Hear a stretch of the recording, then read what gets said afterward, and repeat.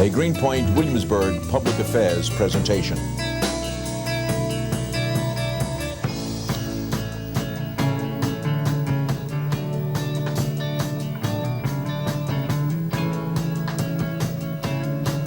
This is Neighborhoods Today.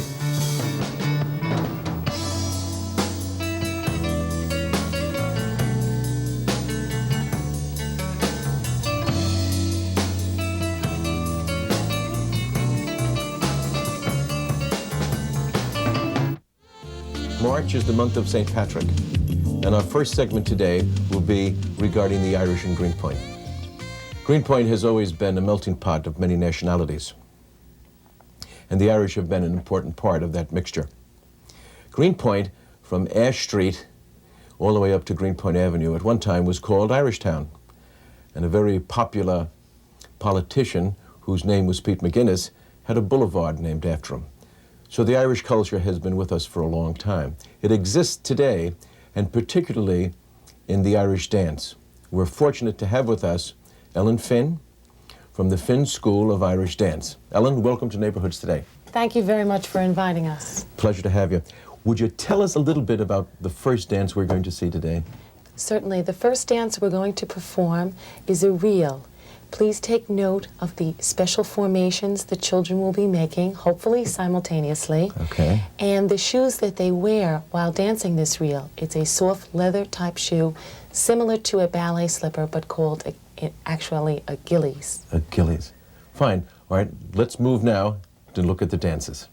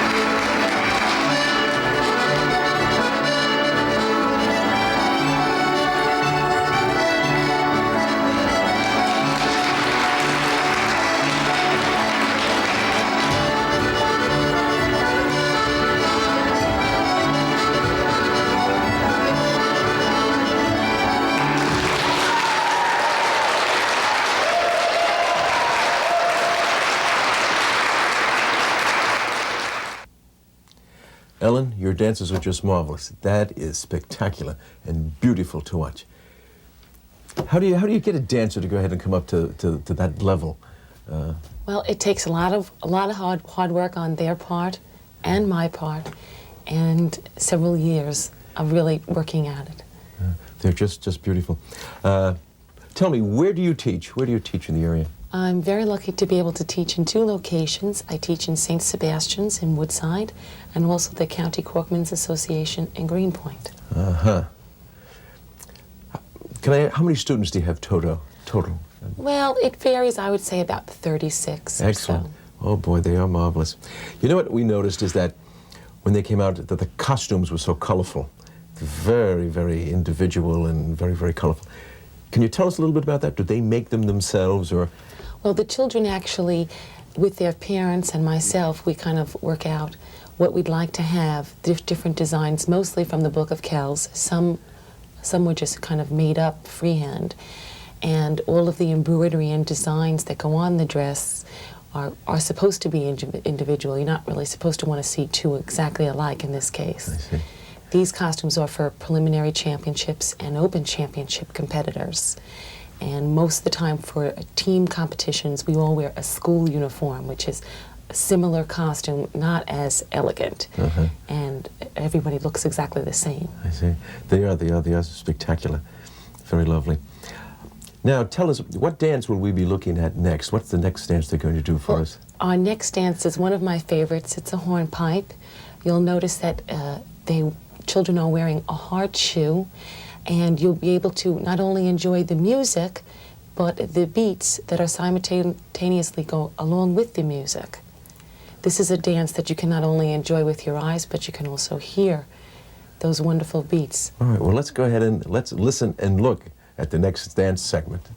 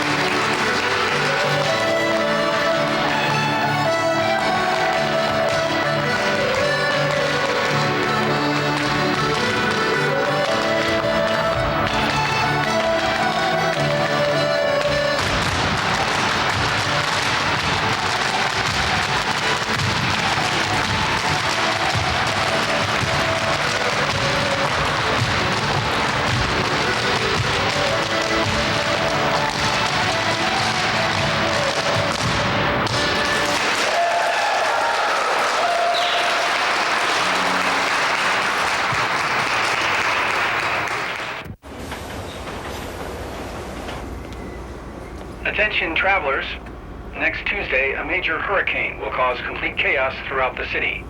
Food, water, and phone service will be in short supply. There will likely be panic citywide. Stand clear of the closing doors, please. Disasters don't plan ahead. You can. Talk to your loved ones about how you're going to be ready in an emergency. Don't wait. Communicate. We have Mickey Carton, Irish performer and recording artist. Mickey, it's a pleasure to have you with us today. It's nice to be with you, Dick. It's really, good to really be here. nice to be with you. I know that they call you Mr. Rockaway and that you were the Grand Marshal of the St. Paddy's Day Parade down in Rockaway, and that's a great event. How big a parade is that? Well, we have 21 bands, marching bands, bagpipes and brass bands and everything. And I guess they say it's second to the one that's on Fifth Avenue, the big parade on Fifth Avenue. Well, then you've got... So it's quite a big parade. It takes about an hour and a half to pass. Uh-huh. And we have guests from all over the city, counties and everything. Uh-huh. And volunteer firemen, the police departments, from all, they all send their representatives.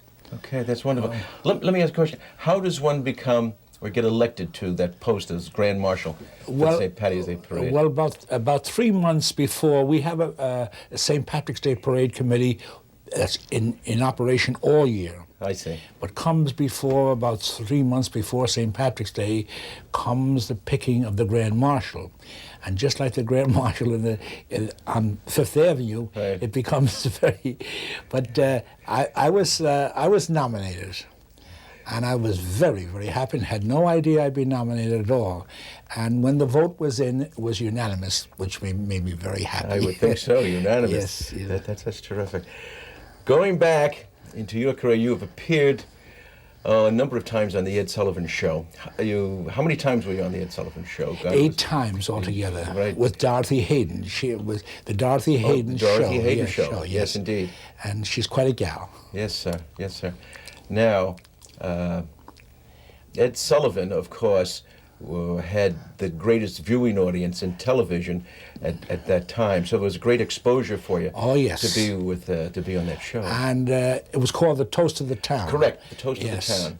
And from that, we played all the RKOs in the city, plus the ones in the outlying districts of the city, and it was very nice. It was right, really, really nice. Did you play in the GREENPOINT RKO on Manhattan Avenue? I sure did. Is that right? Because that was a great theater place. I remember they used to have shows there, and you'd have movies, and you'd also Yes. have a stage show. Yes.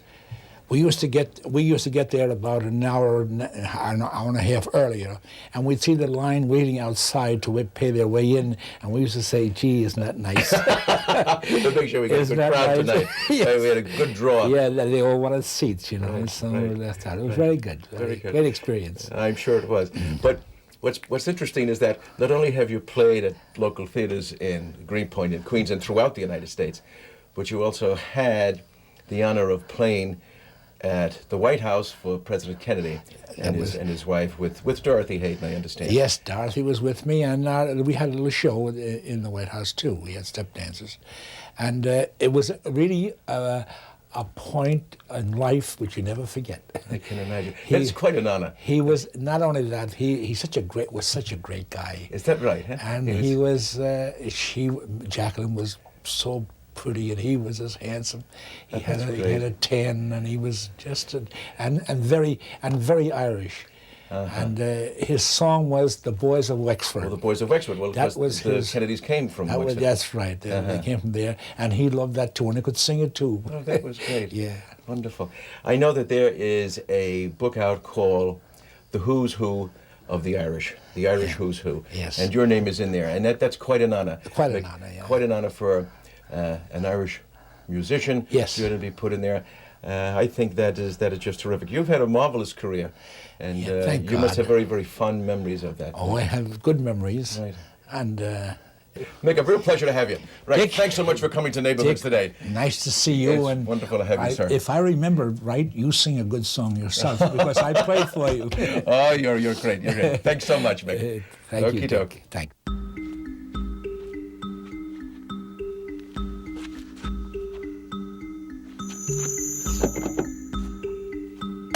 Crime happens, but where it happens and who becomes the victim can be influenced by you and your community. As the eyes and ears of their neighborhoods, Block Watch programs assist police by reporting suspicious activity. I'm witnessing a theft from a vehicle. To learn more about crime prevention in your neighborhood, contact your local police department or the Block Watch Society of BC. Ladies and gentlemen, I'm with Mr. Joe Shinnick from GREENPOINT, and we're reminiscing about entertainers in GREENPOINT, men and ladies that we knew who were singers and dancers, many of them from Irish extraction, who had entertained us before the era of television. And I'm just thinking about some dances that we had here in GREENPOINT. Joe, and I guess you remember some of them as well as I do.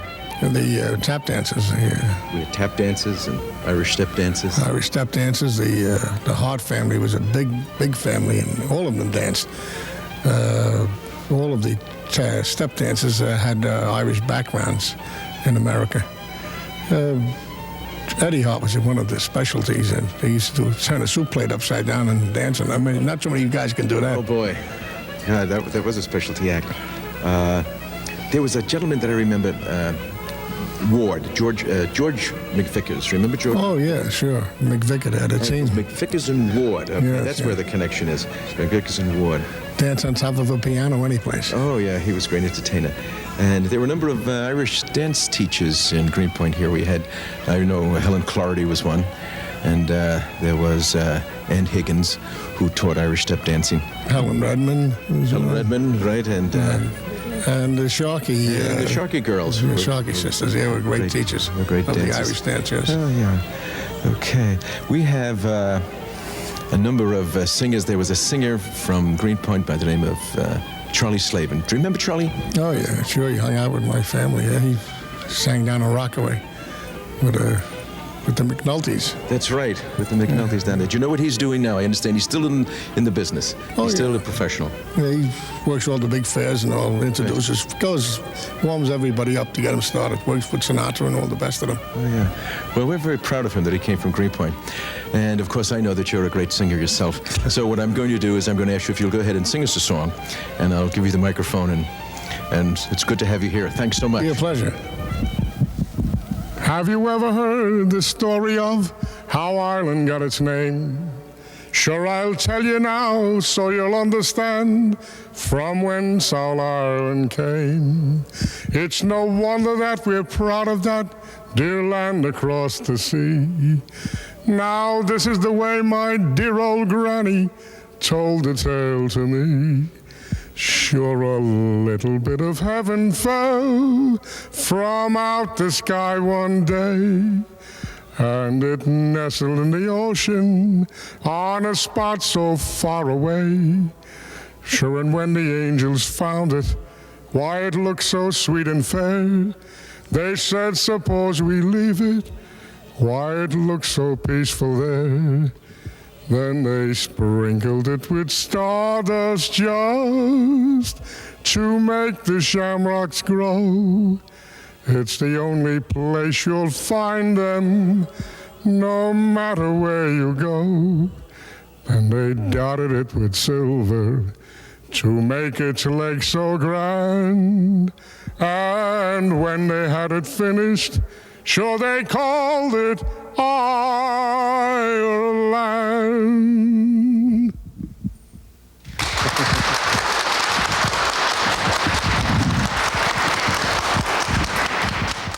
Stand clear of the closing doors, please.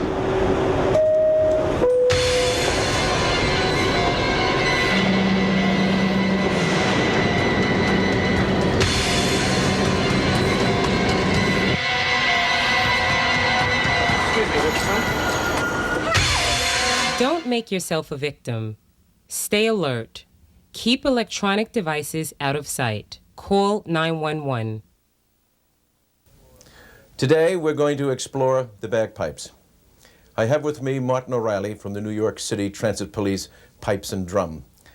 And Martin is going to be exploring the bagpipes with us, and I'm just delighted to have him with us. And Martin, thank you very much for being with Neighborhoods today. Thank you, Dick. It's a pleasure to be here. I'd appreciate it greatly if you'd give us a little history on the bagpipes. I was talking to John McCormick, and John tells me that the bagpipes are dated. Oh, they go back as far as the Bible. Would you give us a little history and some verification on that? Sure. Verification will be a little difficult because it's handed down from Irish family to Irish family in a way of folklores. But there's quotes in the Bible that Caesar actually did play the bagpipes in reference to Caesar was playing his pipes. In the beginning of the instruments invention, we have to give credit where credit is due, and that's to the shepherds in the fields. Originally, the shepherds fashioned or whittled a stick and put some holes in it.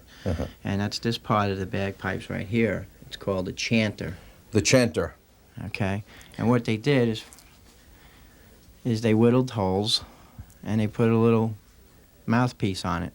This particular mouthpiece is made out of wood, and it's called a reed. I see. All right. Okay, so and a reed comes out, can be replaced. Yes. And you put it in, and you can adjust the height. That's what all that thread is on there for. You can raise it and lower it, so that when you play with another bagpiper, you play together, harmonious. I see. You can play a tune on this as it is right now. I can, yes.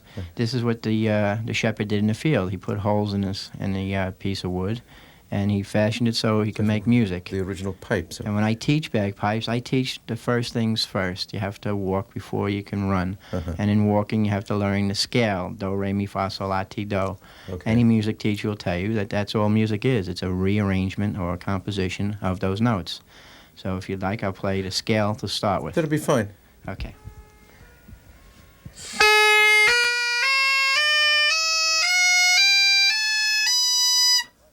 That's the scale. Oh, Martin! Wow, I didn't realize that was so loud. It's very loud. It's Okay. a wooden reed, and it takes a lot of air to blow it, and that's why they attach the bag to it. Okay.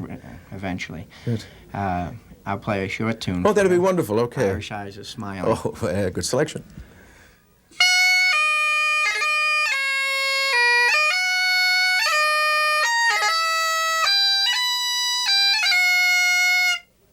Oh, that covers got a good range. Yes. Very fine range. Listen, explain to us a little bit about the rest of the bagpipes. There are so many different parts to it and so on. Okay. The chanter fits into the bagpipes. This is called the chanter. This is a chanter. All right. And you can see it fits into an attachment. It's called a stock, which is then tied into a leather bag, which Oh. underneath this here Okay. cover. All right. Oh. Would you like to see that? Yes, this is. Okay. This is the leather bag. All right, now this is completely airtight. It is, it is. And what the shepherd did in the beginning of time is he fashioned a stick, and then he found either a goat skin or a sheep skin. This is made out of cowhide today, so a little Okay. more modernized. All right. Okay, and he affixed a blow stick All right. to the bag, Okay. and he had the chanter, so that you would have the blow stick That's to fill blowing the bag. air into the bag, Oh, right? got it. Okay. And then coming out here, if you squeeze the bag, it would put enough pressure on that reed so that as I blew into it and played those tunes, you could probably see my face was turning awful red. Oh, yeah, tremendous amount of Easier pressure. to Yeah. blow into the bag and maintain the pressure on it, on the reed, than Okay. it is to blow it up yourself. I understand. All right. Okay. So it's like a little reserve. Is it? Right, Okay. that's exactly what it is. It's like a reservoir full of air. Okay. Okay, and then as time went on, they started adding what these things are. These things are called drones, okay? This is an outside tenor drone, this is a middle drone, and this is a bass drone, okay? Okay. Outside tenor. Mm-hmm. This is the A middle tenor middle drone and a bass drone. and a bass. All right. The bagpipes vary from country to country worldwide. In Galicia, Spain, they have a blow stick, they have one large drone, All right. and they have a chanter.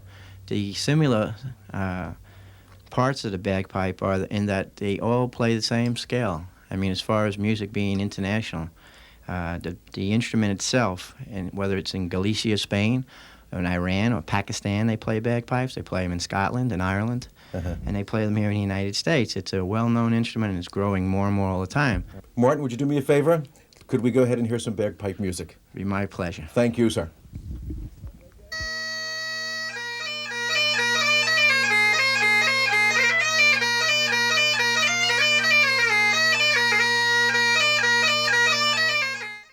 That's it for this edition. For Neighborhoods Today, I'm Dick Mahan. Thank you for watching.